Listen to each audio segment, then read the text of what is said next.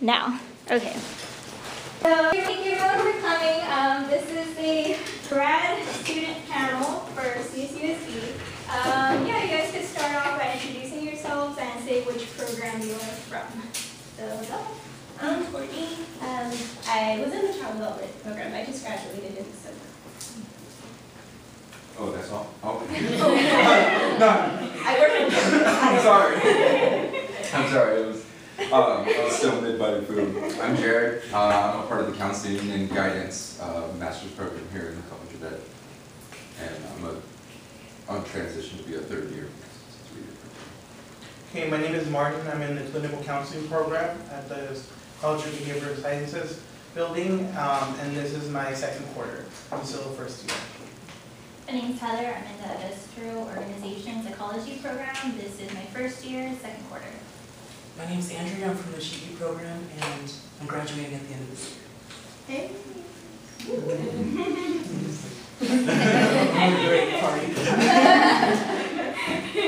So how we're going to do this is you guys pick out a question from the jar.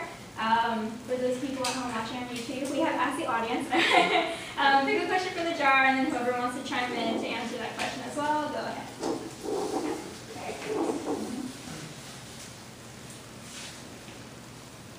Is there financial aid available for grad school? The answer is yes. My first year, I wasn't eligible for a grant, so I took out loans. But my second year, I was eligible for a grant, which covered most of my tuition. One nice thing about our program is that, not just our program, but the psych programs, I feel like they're really quality programs, and it's for a really good price. So the second year, my tuition was covered by my grants. Anybody else? For me, I had to take out loans, but it was through FAFSA. So I was giving a reduced interest rate when I took them out, which is a good thing about, FAFSA. Instead of taking them out, let's say with the bank, they work with you and they give you a little interest. And most of the time, you don't need to pay them back until after you graduate. In clinical counseling, there's also the mental health stipend, which you can apply your second year. I want to say it's $20,000. It is very competitive, but it's something that you guys can look into once you start your second year and you do your placement. I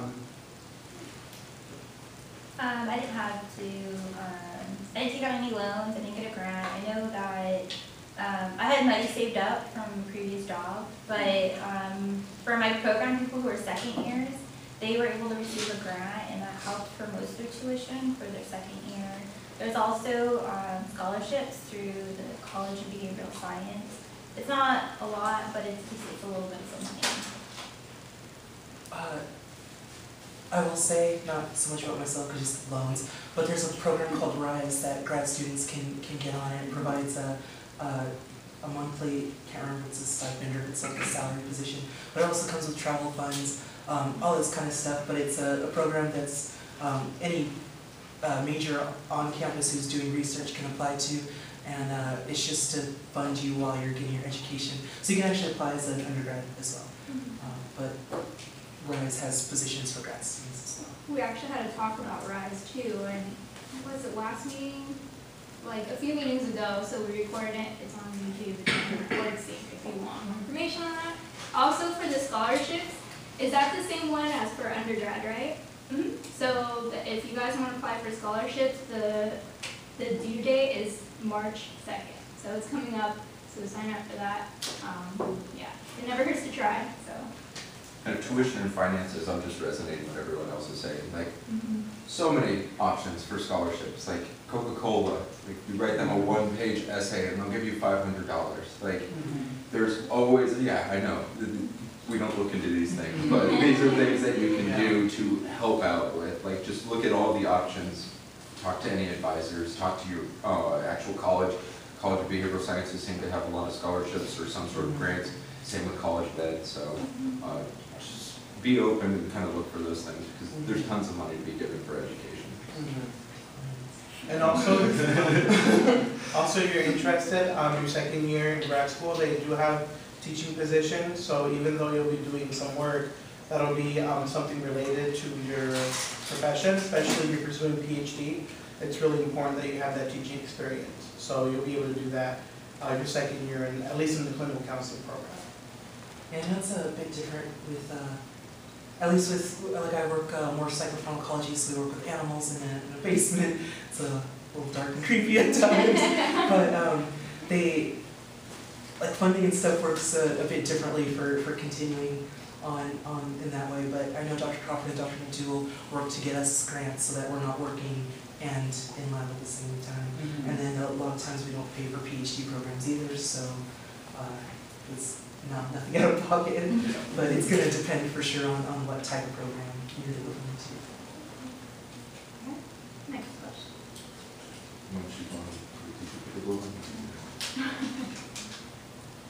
Is it harder to get in grad school if you take breaks? 1 year. Oh, this was a question that I mean, I can speak for myself. It's a give or take. Realistically, is it harder? More likelihood to experience burnout. I went directly from my undergraduate right into my master's program. I'm not burnt out. I'm going to be applying to my PhD here this coming fall and hopefully be attending that in 2018. Take a break, honestly. It just makes things a little bit easier. It makes you kind of figure out things. And also, grad schools like it if you live a little bit. I know our first year cohort is quite young, so to speak. So yeah, take a break, go travel, go do something. Don't jump right into it and make a decision. But I had no problem. So harder? No, I wouldn't say harder. I think it depends. I've heard Dr. Getz tell her students recently that she caters more to her students that are currently enrolled. So if there's an opportunity that will come up, like I'm not sure if maybe writing a letter or just opportunities, she takes care of her current students here that are on campus as opposed to ones who graduated. So it really depends on the program and the situation. I know that for our program, IO, if you're going to take time off, it's better to get a job that's related to HR, something along those lines. But those jobs aren't easy to come by either. So for one of my friends who recently graduated, I think if she could have stayed an extra year and maybe did the honors program, that probably would have made her application more competitive because now she's finding a difficult job to try and look for work. But I also agree that if you can travel and do study abroad, even study abroad program, if you could do that for an extra year, that's an excellent opportunity. That's one of the things that most people who are graduating is not studying abroad. Do it. It's so much fun. Yeah. You get credit. Yeah, I definitely agree. I think it depends on you. But if you guys are pursuing something in clinical counseling, then self-care is crucial. So if you guys, especially, you guys don't want to, experience compassion fatigue. So definitely self-care is really important. So if you feel like you need that break, definitely take it. But like Heather mentioned, I suggest that you guys do something related to whatever program you guys are getting into. So even though you're not in classes, they're seeing that you're still active in the field. Whether that's volunteer work for the clinical counseling programs, and we value that a lot, or if it's clinically relevant experience, working at a suicide hotline, working at a counseling center, or working with children who have autism, or anything related to clinical, that's what I would suggest. Take a break if you need to, but stay active in the department. Yeah, active in the department means just like meeting with those professors, working on a research team. So they remember your face when it comes time to reviewing your application and applying grad school. I know a break for me was critical. I took time off, I think, between associates and bachelors and lived in New Zealand for a while. I took time between bachelor's and master's and moved to San Francisco for a while. So it helped me because I realized once I got to San Francisco that all I could think about was neuroscience. And that's not most people's first thought when they're living in San Francisco. So I was like, okay, I better just go back here. And but because, like you guys said, like staying active in the department, because I had been in a lab before I left, and had already been accepted to the master's program here, it wasn't hard to come back and be like, actually, I don't want to come here. So they just let me in again. They're like, yeah, get rid of me.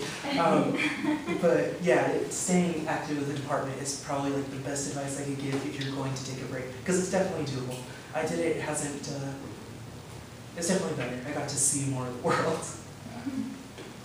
I took a break too. When I graduated, I had no plans of going back to grad school. and working in the field, I'm an EC teacher. I realized that I needed to go back to school in order to pursue like other opportunities.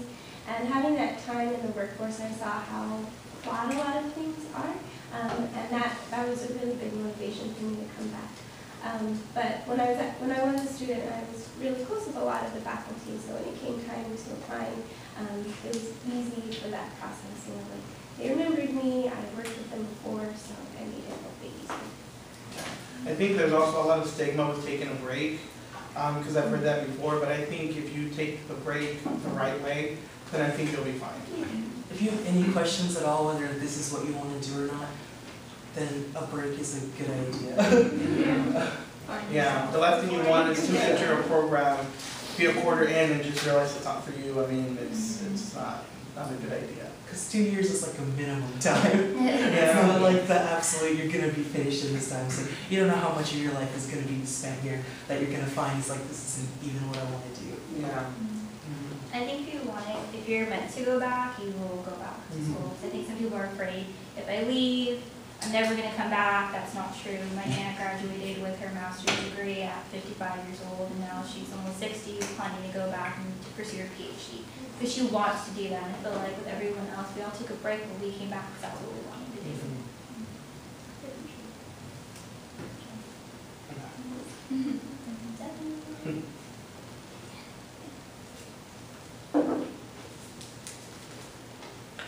If you don't have a GPA of 3.0, what are the chances of still getting accepted? Okay, so I can speak for the clinical program when I say that we do value GPA, but we value community work as well as research experience. They want to be able to see that not only are you book smart, but can you also apply that into an actual setting. So GPA is important in our program, but I think also but I would say research and community service is probably a little bit more. We don't put that much emphasis on GPA. We do put some emphasis, but not as much as other programs do. So I would still, if that's your concern, I would still apply anyway. Just make sure that you have a good CV with a lot of research experience, community work, and things like that. Just kind of going off of what you said with research experience, I've actually talked to several like PhD programs and stuff like that where they're just like, we don't really care about your GPA because we see the kind of research experience you have. So if you get any undergrad experience, not only is that going to help you with getting into the program, but that's also going to show like your kind of selection committee, like this person is committed, they're prepared to work, they know it's going to be difficult. And even though they don't quite have the GPA, we can at least give them a chance, or we can, they're more willing to work with you if you can fulfill some of those other types of things in research experience or community experience. In that case, that's going to be like the biggest help.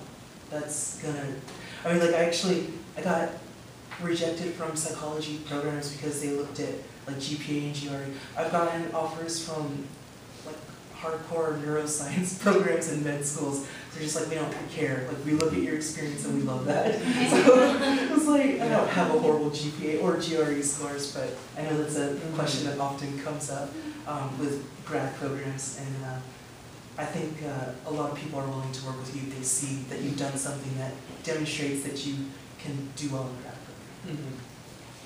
I think also too, something you alluded to is you have to have a professor who can vouch for you, who can speak on your behalf, and will say, GPA is maybe not the strongest, but they demonstrated really strong work ethics by being in the research team, maybe actively engaged in the community. But I think for the IO program, it's really competitive, but they highly value and weight your GPA the most. I have one of the lowest GPAs in there.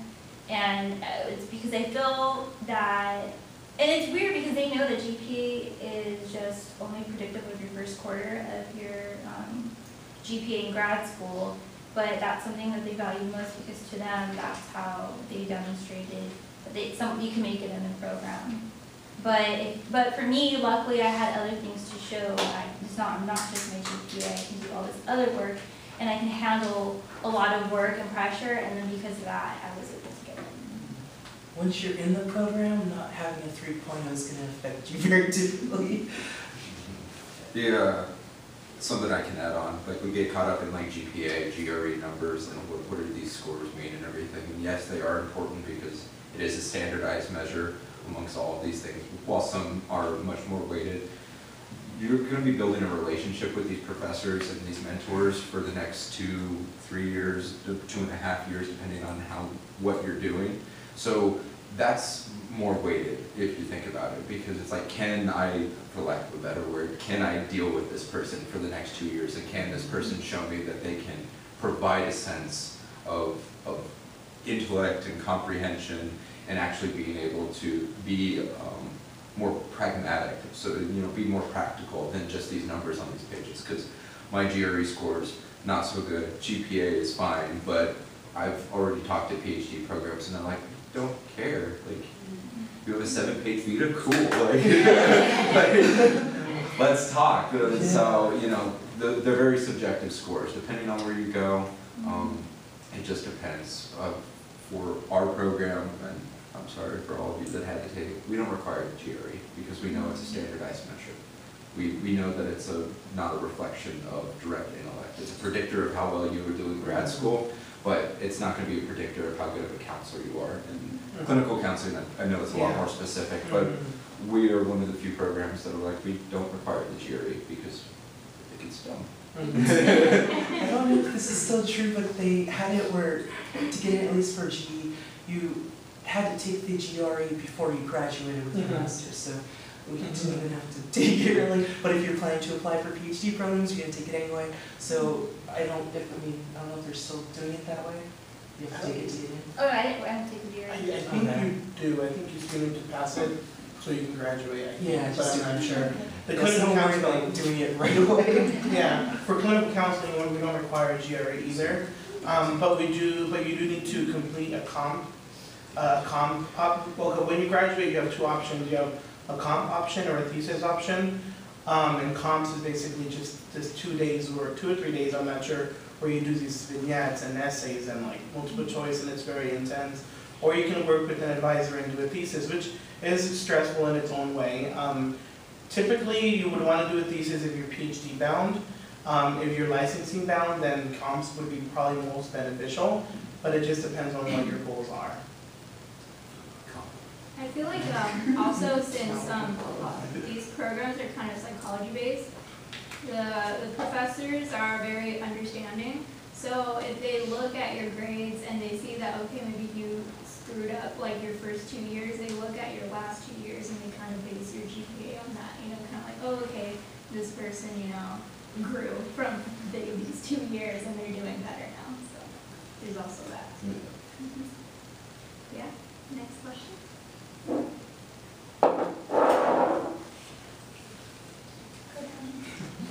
Good question, guys.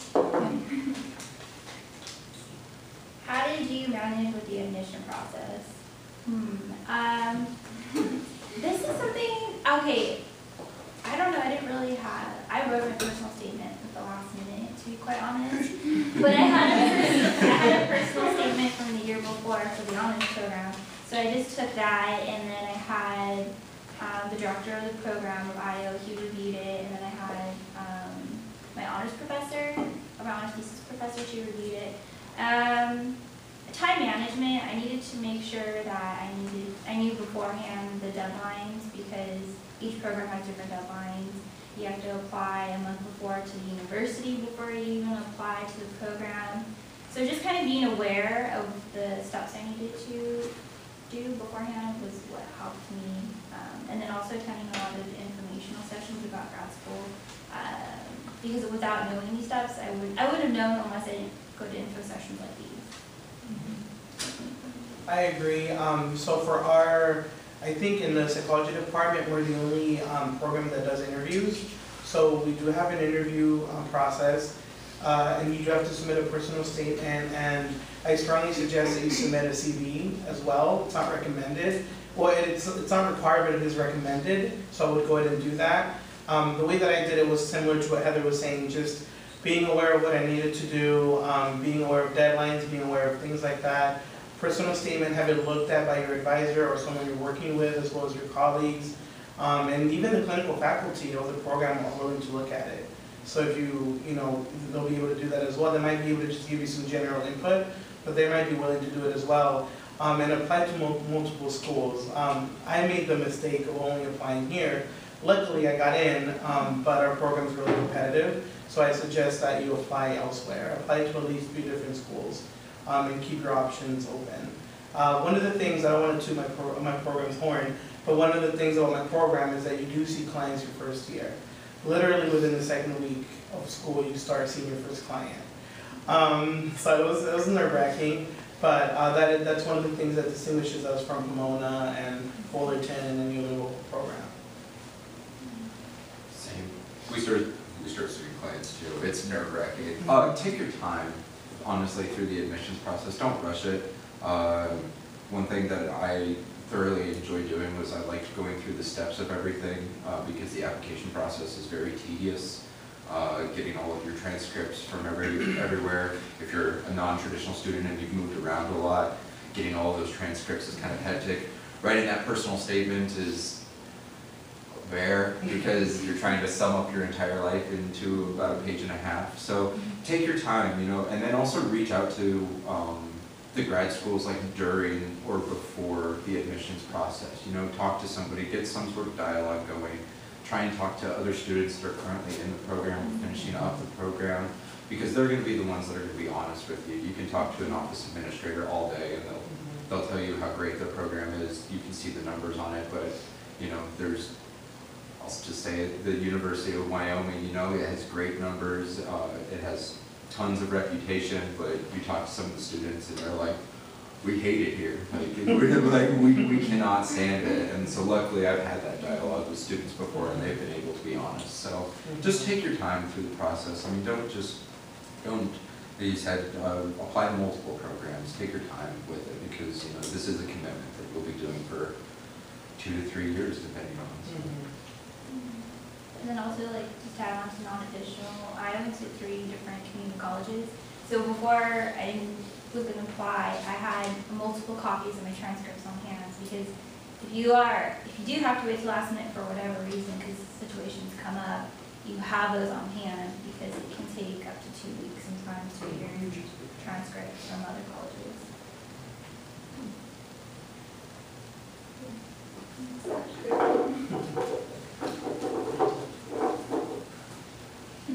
Yeah, I stuffed them in because they're so long. The fingers are big. It's hard.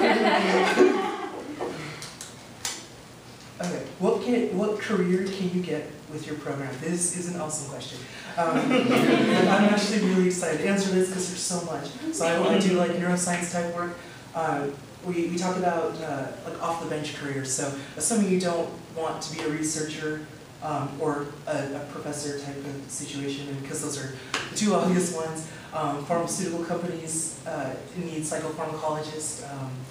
Yeah, people don't think about this so much, but cognitive neuroscience is huge these days. So Google, Samsung, like these companies like that, Microsoft, anyone who's doing something with VR, any kind of thing like that, they're hiring neuroscientists, cognitive psychologists, that kind of stuff, because those are the people who are saying like, okay, here's how your brain is able to process these things, so here's how you're gonna have to set this up electronically. So there's a ton of stuff. If you're interested in writing, there's stuff for that. Newspapers, journals, stuff like that, they need people to speak basically in layman's terms to get results from research across the general public. There's also people who are advocates, so they're more like the face of the business, who they do less of the research but are able to say like, here's what's going on in the field, here's everything you need to know, here's what society in general needs to know. So there's just a ton of stuff. I mean, there's a field called neuroaesthetics that's really interesting, where it's looking at how people perceive beauty, like in music and in art and stuff like that. So if you're interested in pretty much anything, you can find something to do in the field of neuroscience. With the IO degree, it's one of the fastest growing careers according to the BLM. You can walk.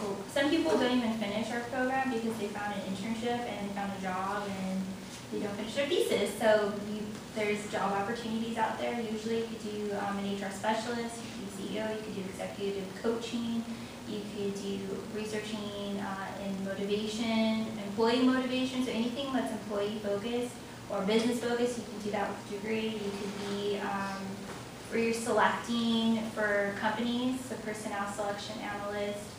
You can even work with statistics, where you're developing your own measures within organizations, or a lot of people who come from our program, they work on the Office of Student Research on campus. So they're doing statistics. It's most the common, pretty much in a nutshell. Yeah, for clinical counseling, you can work with families, you can do individual therapy, you can do couples therapy, you can work with children, you can work in hospital settings, you can work for the county, you can work for prisons, you can also work for school systems like I mentioned. And the good thing about, once you're in the master's program, you can add on certifications, you can, continuing education and things like that. So for instance, I work with children of autism, so one of the options that I have is becoming a board certified behavior analyst, which you can obtain after your master's. You have to do like 3,000 hours of supervised traineeship and stuff. But there's a lot you can do with a master's in clinical counseling. Specifically, when you graduate, you can do your hours to get your license. You need 3,000 hours to get your license, but being in the program, you are able to count some of the hours that you do in the program towards licensure. I don't remember the exact amount, but I know that you're able to. And the way that it works is when you start the program, you'll be considered a marriage family therapist trainee, and then once you graduate with your master's, you become an MFT intern, and then you get your license after that. In the licensing process, depending on how many hours you invest, can take up about two or three additional years after your master's. It's kind of resonated in the same aspect. Ours is a dual track program, so we have the LPCC, which is licensed practicing clinical counselor, and then we also have the PPS, which is a personnel pupil servicer, I believe, something of that nature. But the PPS credential allows you to work in a K-12 environment and even community college as a guidance counselor, an academic advisor, or a school counselor. School psychologist requires ED or a PhD. And that's why they get paid a little bit more. And then the LPCC, where again, group counseling, individual counseling, marriage and family couples. Currently, right now, I work under one of the agencies that is under the umbrella of San Bernardino County. It's a family agency here. And then also, I'm also contracted through San Bernardino City Unified through the youth court. So you have tons and tons of options. It's a very umbrella term to kind of utilize. And yeah, and then if you want to teach, just go on and get your PhD like I'm going to go do, and you can go be a professor. So, but yeah, those are the options for ours. Child development, well, with your bachelor's you can teach, even without your bachelor's you can be an early childhood teacher. Right now, now that I've graduated, I work here on campus as a head teacher at the Infant Health Lab School. And then I also teach part-time, so I'm adjunct faculty, so I teach 311 labs, and yeah, so that's been good so far. I really like that. I am looking to leave Cal State, so the jobs that I'm looking to apply for now are like center director positions. There's full-time faculty at community colleges. You can also work for different agencies and nonprofits as like a research, not a research advisor, but doing research in a program. You would usually work under somebody with a PhD, but with a master's you can also work as a research assistant. Yeah, I feel like that's about it. Oh, there's also a need for like child development specialists. So working like with other disciplines to sort of create a plan for children with special needs. So each participant or each group is contributing their own expertise to helping young children.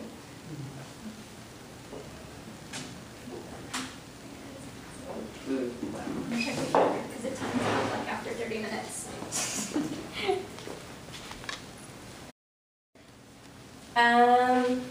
I'm the wrong person to ask this. I didn't really prepare. There was an extension for the program. They asked me if I would apply. I applied, and that's kind of how it worked out. I regret that though, because as much as I love my program, I didn't put a lot of research into what I was doing and selecting a program that would tailor to my needs. So I suggest you get started as soon as you can. Just start researching what you want to do and what different programs have to offer. And then getting that experience too is really helpful because you can sort of narrow down what you're most interested in. Because with a lot of these programs, there's so many different pathways that you can go. So taking as much time as you can to sort of figure out what you like, what different programs offer, and going from there. I agree, definitely doing the research and finding out, visiting the school, talking to, kind of like it was mentioned, talking to actual students who are in the program, because you're gonna get the best from the directors and stuff, but actually speaking to the students will give you a more human perspective of it, because they've experienced it. So yeah, doing your research, making sure that the school is right for you. Look at the coursework, because each program, even if it's clinical counseling, you take different classes. So look at the classes, make sure that you're okay, that you feel like those classes are going to prepare you to become an efficient clinician. As far as the actual courses, I would suggest brush up on your DSM stuff for sure. You want to look at the DSM, because one of the first classes we take is psychopathology, and we talk about the DSM a lot. So I would suggest that over the summer, when you're bored, look at the DSM and try to understand it. It's really extremely jargony, so try to understand it as much as you can. I would also review theoretical orientations, which are basically ways in which we explain pathology from different models. So I would suggest you guys brush up on that, and do a lot of reading and writing if you can to prepare for that, because it'll be a lot of writing in grad school, a lot of reading, and it'll be a lot of research articles and a lot of very advanced level writing. So that would be, and self-care for sure too. And you want to extend that self-care when you're in grad school, because the way that I see it is, you can work really hard, but if you're not taking care of yourself, you're going to end up getting sick, and then how are you going to graduate if you're in the hospital, So I would suggest taking care of yourself first. That should be the priority. I know that Dr. Bailey, who's a faculty, she's a clinical psychologist, really emphasizes that. Self-care is really important for yourself, and also in therapy, you want to make sure that you don't do countertransference, which is basically project your own problems into the client, and it can be in very subtle ways as well. So being sharp in your self-care is important in that area as well, to take care of yourself and also your future clientele.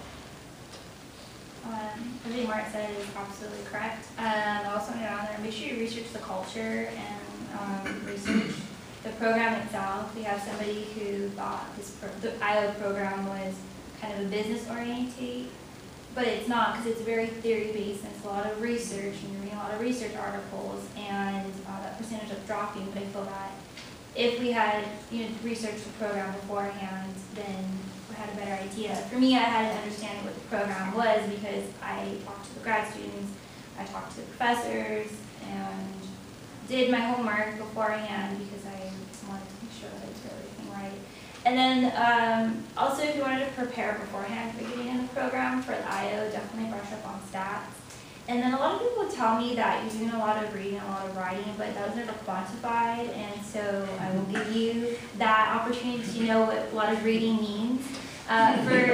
So for IO, you're taking about 4 classes, and you can take about 5 in some quarters. And then for those 4 classes, you're reading about 6 research articles for 1 class, and they can be anywhere from 12 to 30 to 50 pages. That's my gift to you. I think, like you, I did not put much thought or time into applying before, but I was in a position where that worked out and it was fine. But in applying for PhD programs, every time something came up, I would go to Dr. Crawford, like, what do I do about this? Or they're asking me this, how do I answer something like this? And she gave me really good answers. So my biggest advice for the application process and preparing to start, all that kind of stuff, is take advantage of these people who've already been through this. I mean, they could tell you, like, no, that's stupid, you don't write that in a statement. If you don't know that, you won't use them.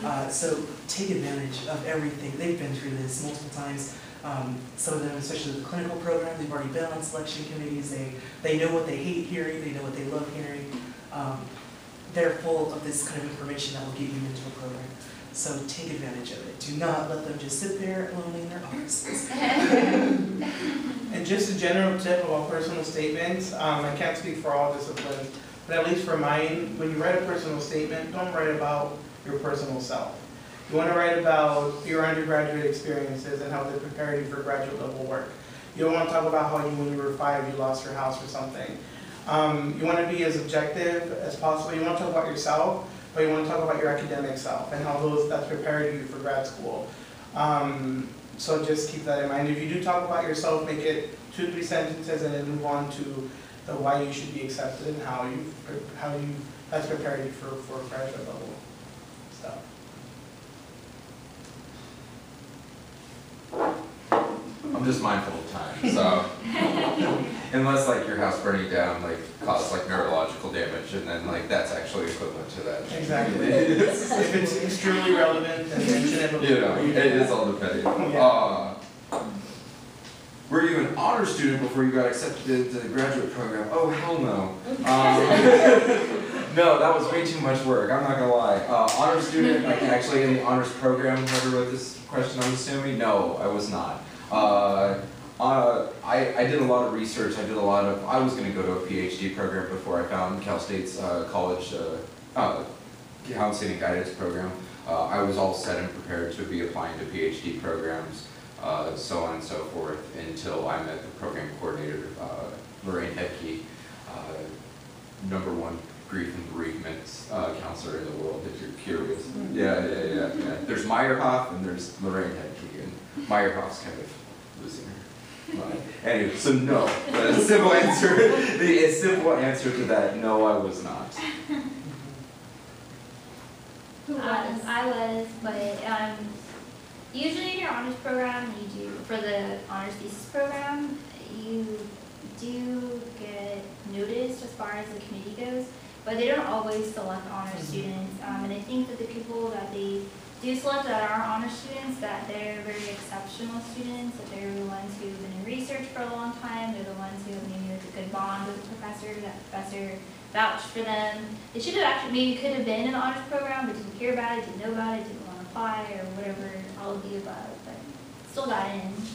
I will say I was in an honors program. Most of the people I work with weren't, but we've actually had more issues with honors students because it's kind of actually the opposite. And that's just for the basement, of course. But we've had issues because it's a different kind of work. Like, you're gonna go into a lab, you're gonna get animals, you're gonna work with them, you gotta do it every day. If you're scheduled to work on Christmas, you're gonna work on Christmas, like that's it, no exceptions. So that does become problematic for a lot of people, not just honor students, of course.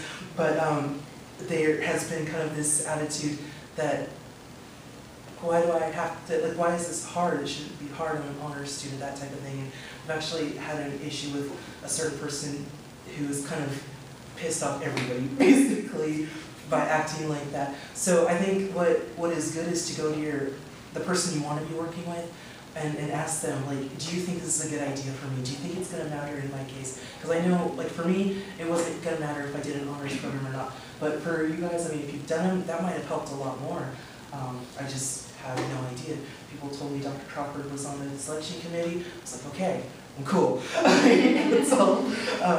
But I think it does help to ask, because there are fields where they're just like, I don't care. And there are fields where it's going to matter. You're going to see it, and that's going to mean something. It's going to be a long run. So I think it's important that you ask whoever you want to work with if it's really worth the time that you're going to have to put into that. And of course, it's not like it's not going to be worth it. It's not like you're not going to learn anything or anything. It's just, you know, like you said, if you feel like it's too much work and your person says, like, you don't really need to do that, then that's all right. If they advise that you go do it, then just do what they said. They're the experts. In my opinion, it's all about the experience and what you've actually done. It's not really about the title. So if you've done all the things that, you know, people in the honors program have done, you know, be in research teams, you know, go to informational sessions and stuff like that, you know, it's all about those experiences. It's not really the title that you got, it's what you got from it, you know, that's. The title is a thing that kind of changes people's attitude, though, in terms of how they treat other people. At least this has been like our experiences. But again, that's definitely not everybody. So I was in the honors program, and I know the clinical counseling program does like that. But like I mentioned, just because you're not in honors doesn't mean you're not going to get in. We actually had one of our colleagues in the honors program who did not get into the clinical counseling. So it's definitely not, it's not going to determine your acceptance. The reason why the honors program is so highly viewed by graduate programs, at least my program, is that when you do your honors thesis, you work collaboratively with another faculty. That's something you do as a graduate level student. You are exposed to research articles, which is what you do in grad school. You're also exposed to seminar style of discussion, Socratic dialogue. You sit in a group and you talk about articles. That's something you do in the honors, something you do with your advisor in the honors program, and something you do as a graduate student. You learn how to work with other people in the honors program. You do that as a graduate level student. So that's the reason, those are the reasons why programs typically like honors students, because they have all that under their belt. They're already prepared for graduate level work in that sense. But again, it doesn't mean that if you're not in it, you know, if you're not in honors, if you're not in honors, doesn't mean you're not going to get in. It's just, it's good because you've been exposed to those qualities, I guess. You guys do an independent project with the professor too. When I worked on my honors thesis, I collaborated with another student, and he had an independent project. And just like what Martin was saying, to highlight when you're doing this, if you're demonstrating that you can work with others, and with that opportunity, you collaborate with another student, which is an independent project, we were able to collaborate and work together on certain tasks.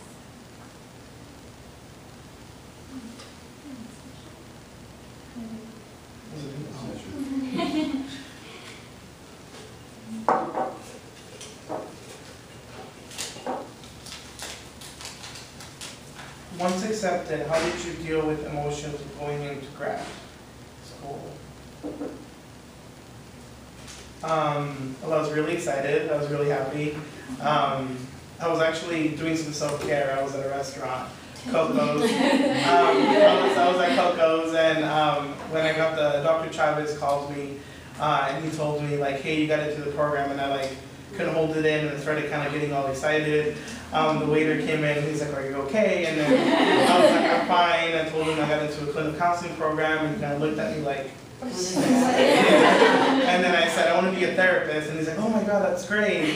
So, you know, of course, I was really dramatic. I told my friends I didn't get in, and told my sisters I didn't get in, and was all like dramatic and sad. But eventually told them the truth. So in other words, I was really excited about it, and it was actually really interesting because you typically know, at least in our program, you know about the acceptance during the spring quarter. So I kind of put the letter of my acceptance in my binder to encourage me to finish that spring quarter strong, because that spring quarter was tough. And I use it as a reminder to be like, I'm already in, let me finish through. Like, let me use this as a motivation to finish through and not give up. So yeah, that's kind of how I handled it. I think I was ready to go to sleep, and I got an email that said, you've been accepted. So I was really excited because I really didn't think I was going to get in the program, because I knew IO had such high emphasis on GPA, and I didn't have that GPA, so the fact that I got in, it was just really exciting. And it made me feel like if there's anything that anyone ever wants to do, you can put your mind to it. It's such a cliche, but it's absolutely right. I got into a program that I really did not think I was going to get into for all those reasons, and I got in. There's nothing stopping anybody from pursuing what they want. I was mad. I applied to start in the spring quarter, because with the GE program you can start in the spring quarter.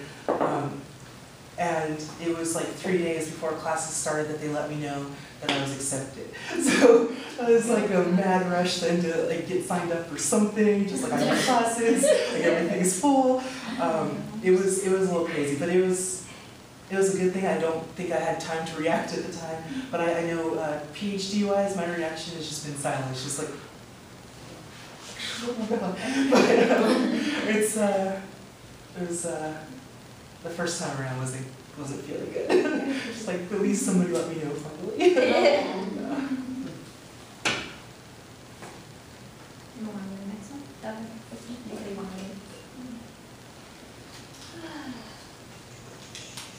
By the way, if your questions don't get answered or anything, I mean, you could always contact any grad student, ask them, or contact the directors of the programs, they know very well, and stuff like that. And I got nowhere to be, so if you want to talk to me afterwards, I'll stick around, don't worry. Oh, it's the same questions, how did you pick for grad school, so we'll skip that one. Any advice for Psych 410? If you don't have to take it, then don't take it. But, yeah, this is advanced statistics, so it's advanced Psych 410. Yeah, so a lot of people dropped out of this class last quarter, or last year in spring. It's really rigorous and tough, and it's more difficult than Stat 2 would do in graduate school, so for like IO you need, well like it's favored if you took advanced 410, but not a lot of people in my program took advanced statistics and they're doing fine in graduate school stats, so I can't really answer this question because I didn't take it, but did you take it? No, but I've heard it's been really helpful for people because ANOVA was not as difficult than it's not something I would have taken, but it is something I wish I could have audited or just like sat in on the class and kind of got more information, but I didn't take it and I still do advanced stats, so. I wish I would have sat in it, but I had to take it. Yeah. Like all classes. Right. Two people I know actually in ANOVA, so it's one of the stats courses you take in the fall. The people who did the best in that class didn't take advanced 410, and the students who did take 410 ended up with low A's or high B's, so you don't need it. I didn't take 410 either, because it wasn't a program requirement. It is recommended if you are pursuing the thesis option in our program that you do take 410, because you'll be doing a lot of stats doing so. But I wouldn't say it's a requirement for our program. I mean, it's good if you take it, but I didn't take it, and I got in, so I would recommend it, but I wouldn't say it's like a hard requirement. Unless you're doing thesis, then I would consider it, but even then, I think you'll be fine. Just don't take a lot of classes that quarter if you are planning to pursue it, because it's really hard. You do 5 chapters in the first 2 weeks.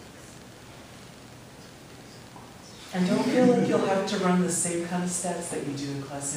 I don't know what your guys' experience has been, but we use very simple stats in like the neuroscience area. So the majority of the stuff that I learned in ANOVA and regression, I will never actually do.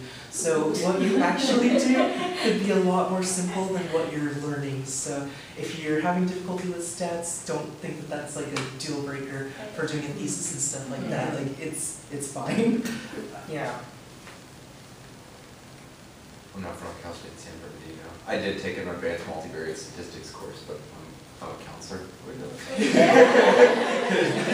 I'm not going to ask somebody what is a MANOVA real quick for me, but in my PhD maybe. But if you are PhD bound, then yeah, you need to be friends with statistics, for sure. So, yeah.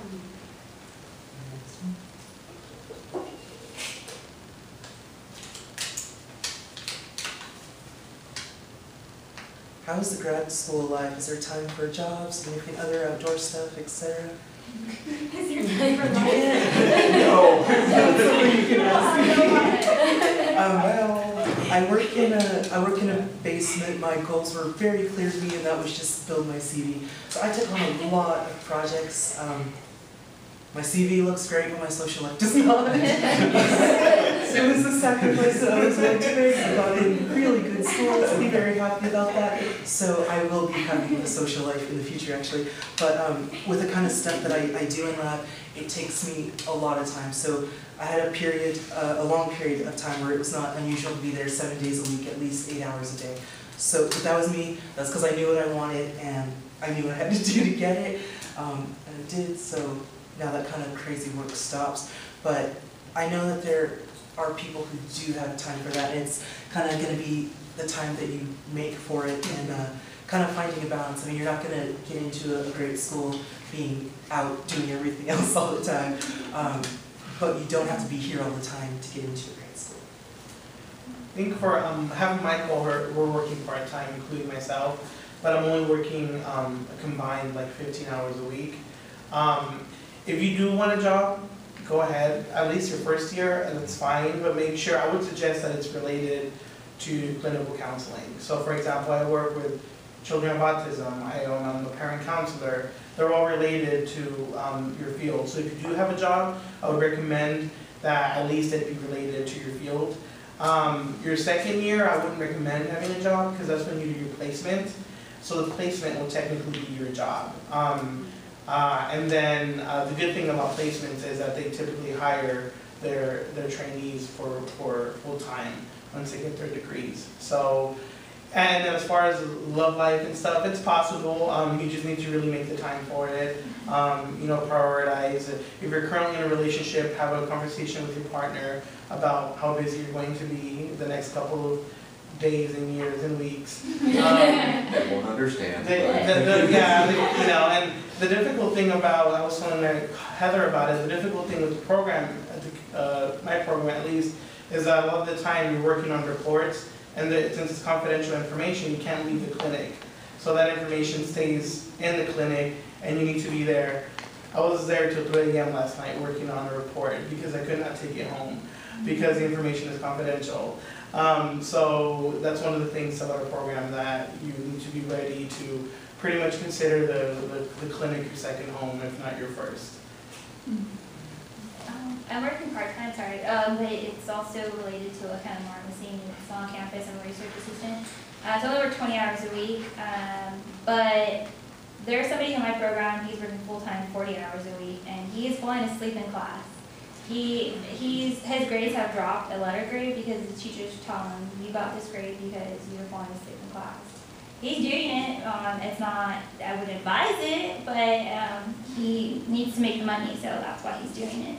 As far as relationships go, our program's different. The first year, it's very top-heavy, you take more classes than you would. The second year is reserved more for doing your internship or your thesis.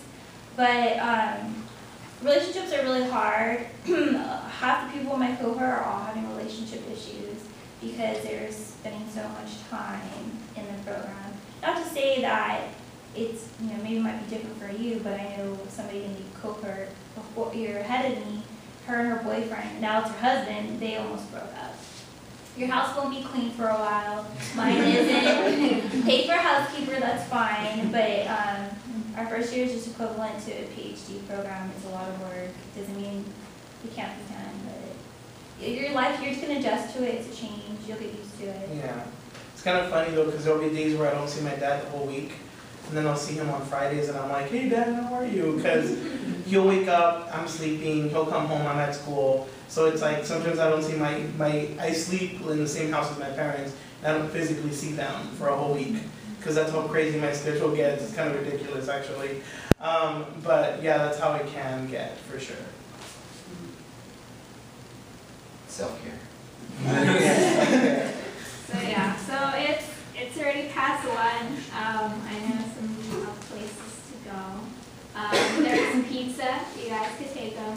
Also, there's people who could stay if you have that one question that didn't get answered, and you're like, oh no, I have to know the answer. You come up, ask them. My friend has Also, before you guys leave, did you want to talk about the poverty simulator? Yeah. So March 16th from 9 to 12 o'clock, the Institution of Child Development and Family Relations is holding a poverty simulator. And so we need a lot of participants to make this event happen. And what you are basically randomly assigned into a family, and you will experience what it's like to live in poverty. And a lot of people say like, oh, I live in poverty. I mean, I don't have to say that. Okay, that's a bad example. Okay, there's somebody who participated in the last quarter, and they said, you know, I grew up in poverty. I thought I knew what it was like, but I never got to know what it was like for my mom, because my mom was the one who was going through this, and she was struggling. So as a participant, you are assigned to different roles, and you will experience what it's like to be in poverty. You're going to be placed in situations where if you're a student, you have to go to school. If you're a parent, you have to be paying your bills. It's just a really unique experience. If you can participate in it, I would highly recommend it. And then Karen, do you want to add anything? 'Cause Karen works for the institution. Yeah, if you're available, you should definitely do it. It's not a waste of the day. I know it's like, 9 to 12, but you get something out of it. Yeah. Yeah, and aside from that, we also have a few events coming up from the Side Club. Next week's meeting will be a mental health awareness meeting. Helping Hearts will be coming over, and there's also a job opportunity along with that. So if you come, bring your resume, so you can apply for that. We are going to be having an ice skating event on March 10th. So go to that. It will also be a fundraiser, so the funds will go towards Side Club. And last but not least, I'm super excited, Pie Professor. March 14th, Pie Professor, come and pie your favorite or least favorite professor. It'll be super fun. It got super chaotic last year, so yeah, come and do that. And yeah, thank you for coming. Big round of applause.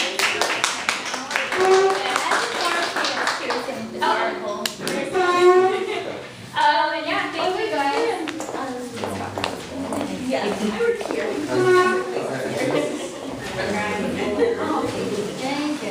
Thank you guys. You guys did great. I love your tattoos. It's so I went to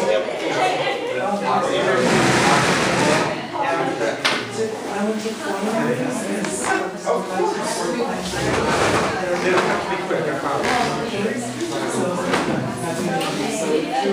Yes.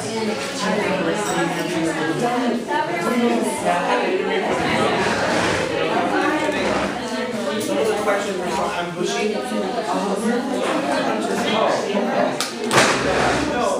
I would just start having a dialogue with somebody. What I did was I looked at all my professors. No, you're really ambushy.